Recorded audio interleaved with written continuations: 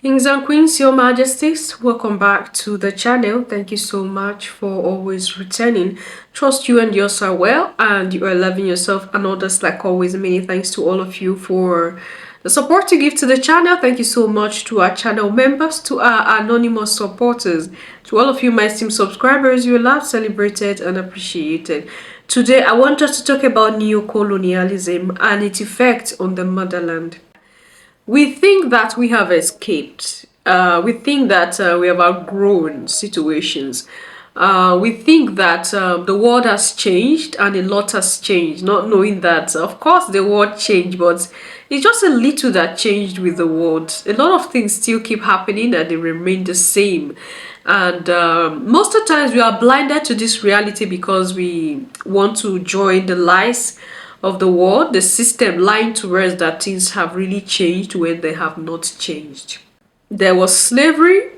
There was a time where people were taken out and some people were sold and sold to the white man. The white man roamed about Africa, took away mothers from their children, some took away fathers from their children, some took away children from their mothers, some took away both fathers, mothers and children, and it went on and on and on. They destroyed our homes. A lot of things happened, and it was sent out that it's just those who were taken away that went through that process, went through that purgatory, or went through that hell.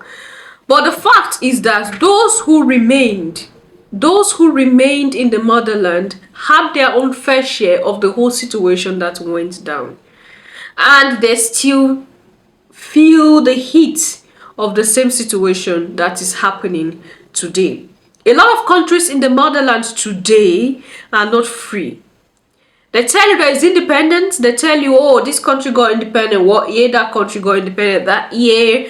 Oh, this country fought for independence. This country struggled to be liberated. But are we truly free? Your Majesties, are we free? We are not free.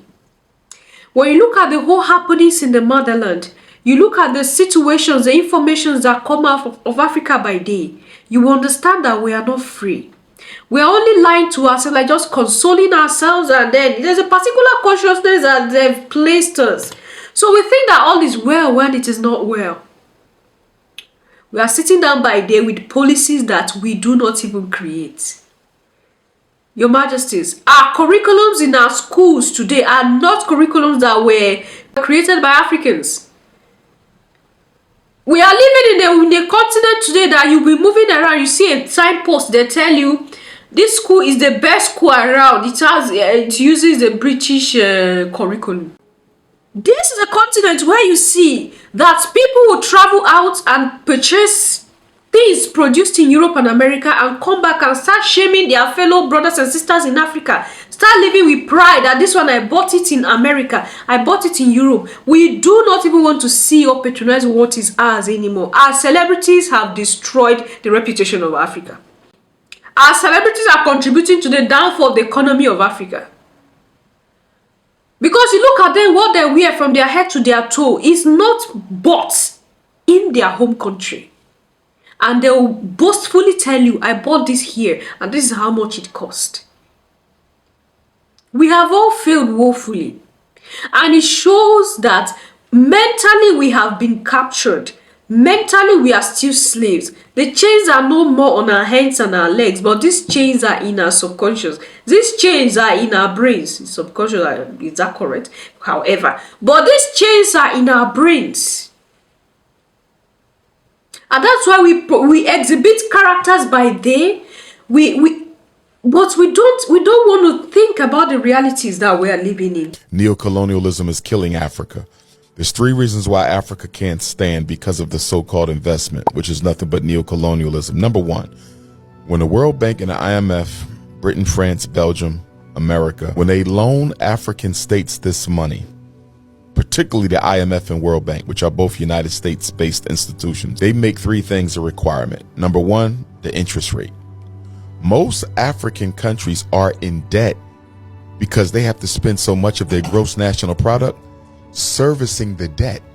They're not even knocking off the principal. They're servicing the debt, the interest. They're not even touching the principal. So the debt is not going away. It's getting bigger. And still you're spending 30, 40, 50, 60% of your GNP financing the debt. So that's number one. They make sure the interest is so high, you'll never pay it back. They give you the loan with the expressed intent of putting you into financial slavery. And we keep on taking the damn money. I'm going to come back to that in a sec. So number one is the interest. Number two, it's the family planning strategies that they make you sign off on. So in order to get this money, you got to push homosexuality. You got to push birth control, hysterectomy, all of this other stuff, right? So they disrupt. It's documented, this type Oh, of yeah. This ain't no secret. Go do your research.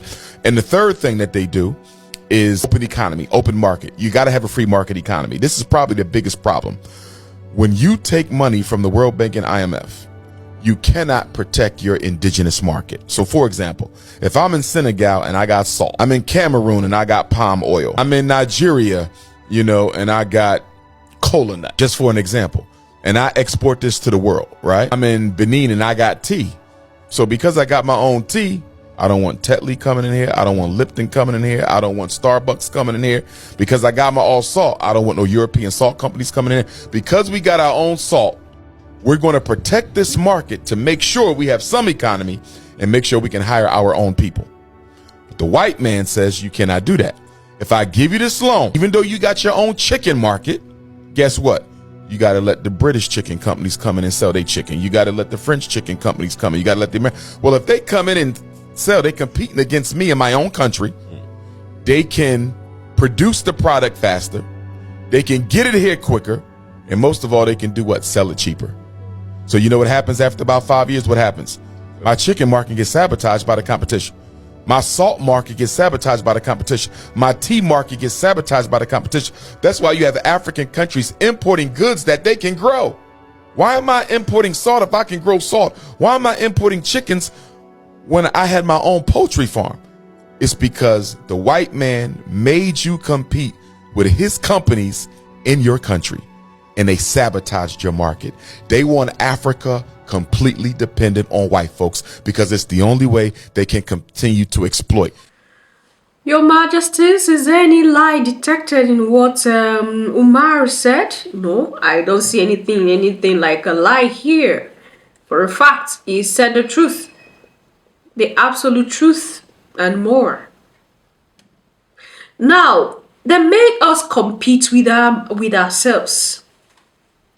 And so we shout, the economy is in shambles, we can't, this is happening, that is happening. Why is your economy in shambles? We don't want to think about it. And sometimes when you look at this critically, you discover that you are even part of the destruction of your own economy. Because you go to the market, you go to the stores, you don't want to care where those things were produced. This is it. You just go to the stores and pick up, you don't check this was made where. And then sometimes when we check that these things were made in Africa, we don't pick it up.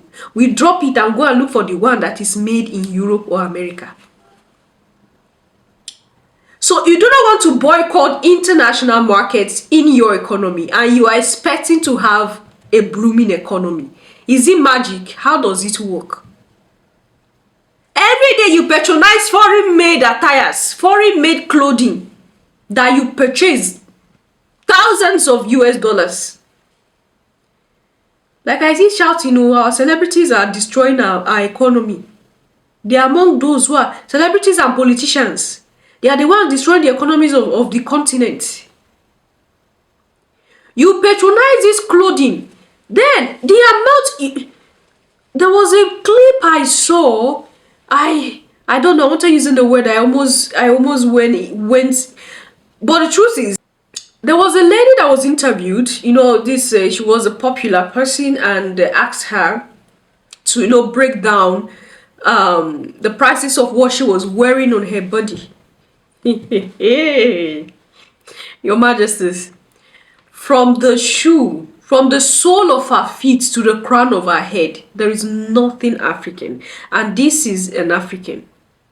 Everything was purchased from international popular companies that you know of. Name them. This was where everything was purchased. And when you do a total calculation of everything she was having on her body, it was enough to build factories and employ youth in Africa and give jobs and increase the economy. Our problem as Africans is that we always look up to the government for everything. And that is why the government is cheating us. We look up to the government for everything, creating jobs, doing everything. Of course, the government should be responsible for all these things. Now you know that your government does not care about you. Why can't you create job opportunities for yourself and for those around you? What are those things you are doing to generate income? What are those things you are doing to help other people get jobs? We don't think about this, so we prefer pointing fingers when most of the times we are part of the problems. A lot of importation. Importing bread. Even bread we import. Toothpick we import too. Do we not have a fly in our continent? Do we not have wood in our continent? Everything is imported. And we are shouting the economy is bad. Why will the economy not be bad when we are contributing to the downfall of our economy? So, to show you that we are still colonized, there are points where if a sovereign nation in Africa say, no, I don't want to bow to this particular way of life, the IMF and World Bank begin to threaten that country. Example of homosexuality, like he said. This was a practical cases that we saw happened. They threatened Uganda, they threatened Mali, Burkina, like they threatened a lot of countries in the Sahel, in the continent of Africa. If you do not pass the bill for homosexuality, for LGBTQ, we will begin to trigger you for this. If you do not pass a bill, we will not give you money for this. And then me, I'm asking myself, if they say they don't want to give money, it's good. Because the more money African countries are collecting, the more debt they are going into. These leaders will collect this money in your name or in the name of a country. They will squander this money among their families and friends. Are we not the cause of our problems? We are the cause of our problems. Before kingdom change, man must change. If man do not change, the kingdom will not change. It's not magical. If Africa is not cool, it is because we ourselves are hot. That's why the continent is not cool. We need to be cool so that the continent can be cool.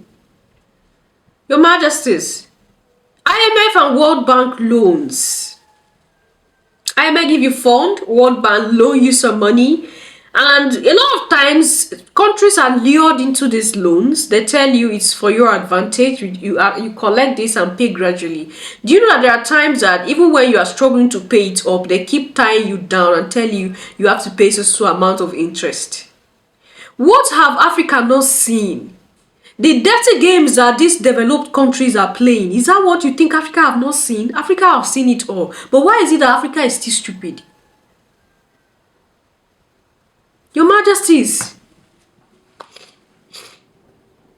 these are the realities before our faces.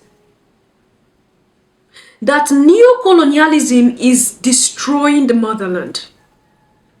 This is not all. There's a lot of other situations. You can name them. A lot of other situations that make us, we are still slaves and we think we are free. We are not free.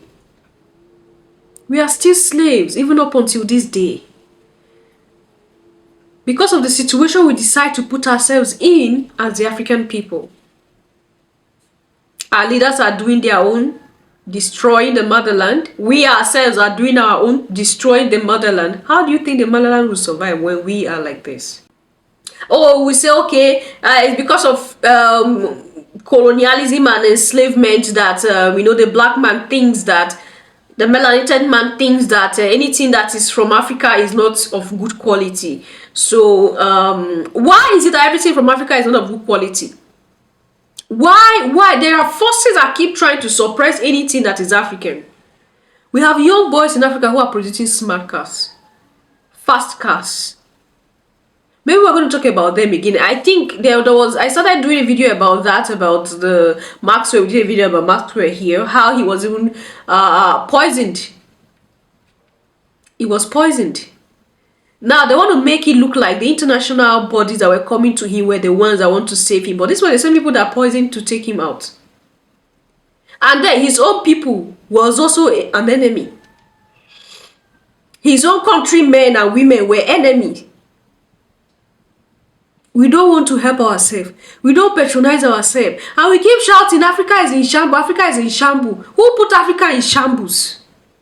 And what is the way out? We don't think of that. Leave your thoughts and opinion in the other section, and I'm going to see you in my next one. Until then, love yourself, love others, stay safe, stay positive, always, Your Majesties. Bye for now.